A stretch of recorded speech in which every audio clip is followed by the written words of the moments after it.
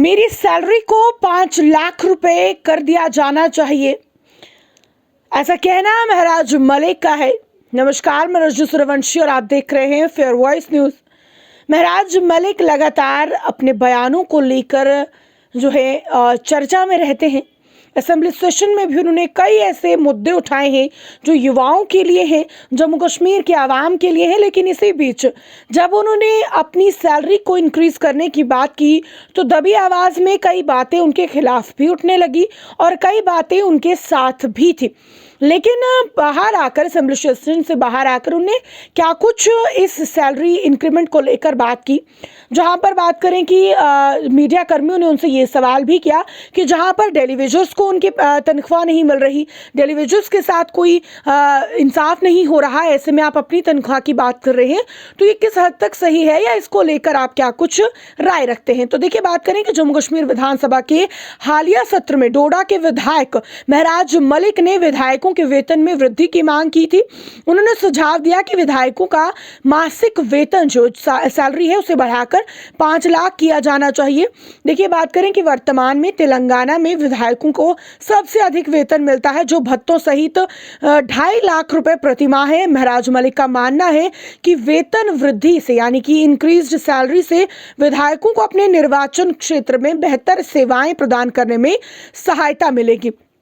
यानी कि साफ तौर पर बात करें, जब उनसे सवाल किया गया कि आप एक तरफ डेली वेजर्स को लेकर बात कर रहे हैं, एक तरफ आप अपनी सैलरी को बढ़ाने के लिए कह रहे हैं, तो इस पर आप क्या कुछ राय रखते हैं। तो उन्होंने कहा कि देखिए, हाउस में 90 एमएलए हैं जिनको लोगों ने चुन के भेजा है, तो हमें लोगों के लिए बोलना है, लोगों की बात करनी है।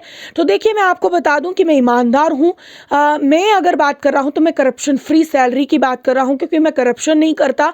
तो मेरे लिए सैलरी ऐसी होनी चाहिए कि अगर मेरे पास कोई उम्मीद से आता है, मैं उसकी मदद कर सकूँ। अब देखिए, उन्होंने एक एग्जाम्पल के तौर पर, उदाहरण के तौर पर कहा कि अगर मैं अपने गांव की बात करूं, कई ऐसे टीचर्स हैं जिनकी एक से 1.5 लाख रुपए तक की भी सैलरी है, लेकिन वो अपना खर्चा नहीं उठा पा रहे। वो सिर्फ अपनी जो छोटी सी फैमिली है उसका खर्चा उठा पाते, अपने भाई या फिर अपने माँ बाप का भी खर्चा नहीं उठा पाते। तो ऐसे में अगर वो एक टीचर है, वो खर्चा नहीं उठा पा रहे, मैं एक एमएलए हूँ, मुझसे लोगों को उम्मीदें हैं, मुझे उन उम्मीदों को पूरा करना है, तो मेरे पास भी कुछ ना कुछ होना चाहिए।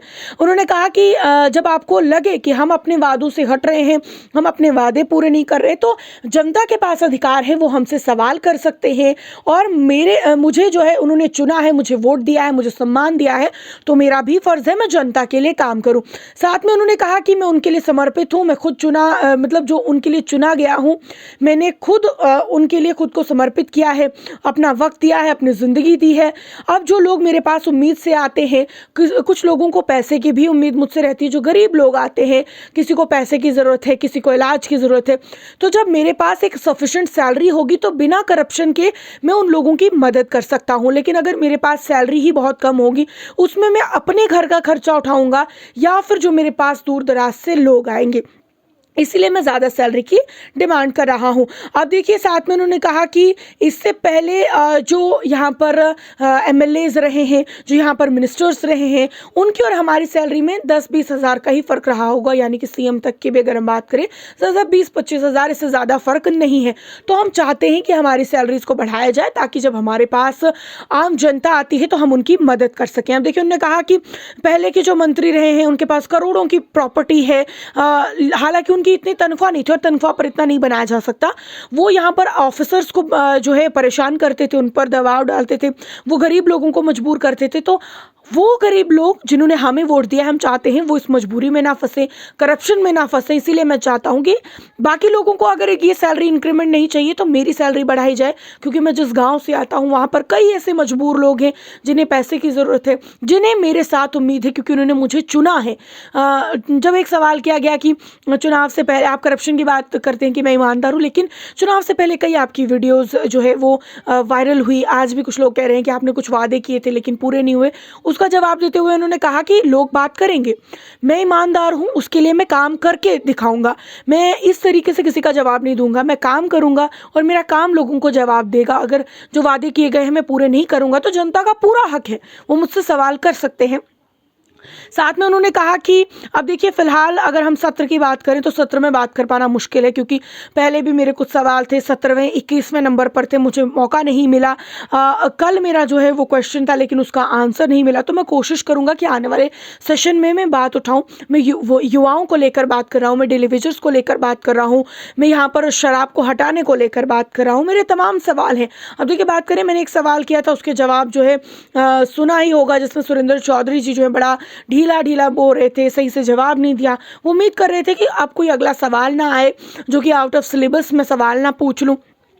तो देखिए मैं बात करूँ, जैसे सुरेंद्र चौधरी जी ने पश्मीना को लेकर बात की। पश्मीना जो है क्या है, एक काफ़ी महंगा ऊन है, मतलब काफ़ी बेहतरीन ऊन जो है वो माना जाता है, और जिसको लेकर वो बार बार बात करते हैं। क्या वो उस इंडस्ट्री को लेकर बढ़ावा नहीं दे सकते थे? उसकी एक फैक्ट्री आज तक वो नहीं खोल पाए, उसका अभी तक जो है भाव नहीं बढ़ा पाए, लोगों को उस फील्ड में फ़ायदा नहीं दिलवा पाए। तो क्या फ़ायदा उस पश्मीना के बारे में बात करके? उन्हें बात किसी मुद्दे पर करनी चाहिए जो सरकार जो है लोगों को फ़ायदा दिलवा सके, लेकिन वो सवाल जवाब ऐसे कर रहे हैं जो वो जवाब देना चाहते हैं और कुछ नहीं। अब देखिए मैं सवाल करना चाहता था जो है पश्मीना को लेकर, स्टेट लैंड को लेकर मुझे बात करनी थी। पिछले कुछ सालों में जम्मू कश्मीर में गवर्नमेंट ने लोगों का जो है वो जनाजा निकाल दिया है। कितने से डिपार्टमेंट है जिन डिपार्टमेंट को उन्होंने पानी के बहाव में बहा दिया है। क्यों? क्योंकि ऐसी जगहों पर डिपार्टमेंट्स की बिल्डिंग्स बनी हुई है जहां लोगों को फ़ायदा नहीं हो रहा है। अब ऐसी पॉलिसी निकालेगी पुरानी सरकार की, अगर मैं बात करूं, कि लोगों से ही जो ज़मीन ली जाएगी उसी पर जो है रोड का निर्माण होगा, स्टेट लैंड पर जो है वो सड़क नहीं बनेगी। कई ऐसे इलाके हैं जहाँ पर स्टेट लैंड है ही नहीं, तो वहाँ पर जो है जहाँ पर जो है वो इस तरीके से है ही नहीं, तो क्या वहाँ पर नहीं बनेगी सड़क? हमें जो है ये सारे सवाल करने थे लेकिन मौका नहीं मिल पा रहा है, इसीलिए आपके हवाले से हम ये चीज़ें बोलना चाहते हैं कि ऐसी पॉलिसीज़ ना बनाएं कि जिसकी वजह से लोग जो हैं अभी सड़क से महरूम हैं। लेकिन अगर मेरे पास पैसा होगा, मेरे पास फंड्स होगी, तो मैं लोगों के काम अपने स्तर पर कर सकता हूं, क्योंकि लोगों ने मुझे चुना है। अब इस स्टेटमेंट को लेकर, महराज मलिक की बात को लेकर आप कितनी सहमति रखते हैं कमेंट सेक्शन में ज़रूर रखिएगा, या महराज मलिक के साथ आप कोई सवाल जवाब करना चाहते हैं वो भी आप कमेंट सेक्शन में ज़रूर रखिएगा। लेकिन आज के असेंबली सेशन में उन्होंने जो है बातचीत करने की काफ़ी कोशिश की, लेकिन आपने देखा कि काफ़ी ज़्यादा एमएलएज़ है, विधायक है, सवाल बहुत है लेकिन टाइम बहुत कम रहता है, और जहाँ पर मुद्दे में जो है कई बार कुछ विधायक भटक भी जाते हैं, असली मुद्दों पर बातचीत नहीं हो पाती है। तो जो कुछ आपकी निजी राय होगी कमेंट सेक्शन में ज़रूर रखिएगा। उम्मीद है कि आपके जो भी विधायक हैं वो सवालों को देखें, उन तक ये सवाल ज़रूर पहुँचे।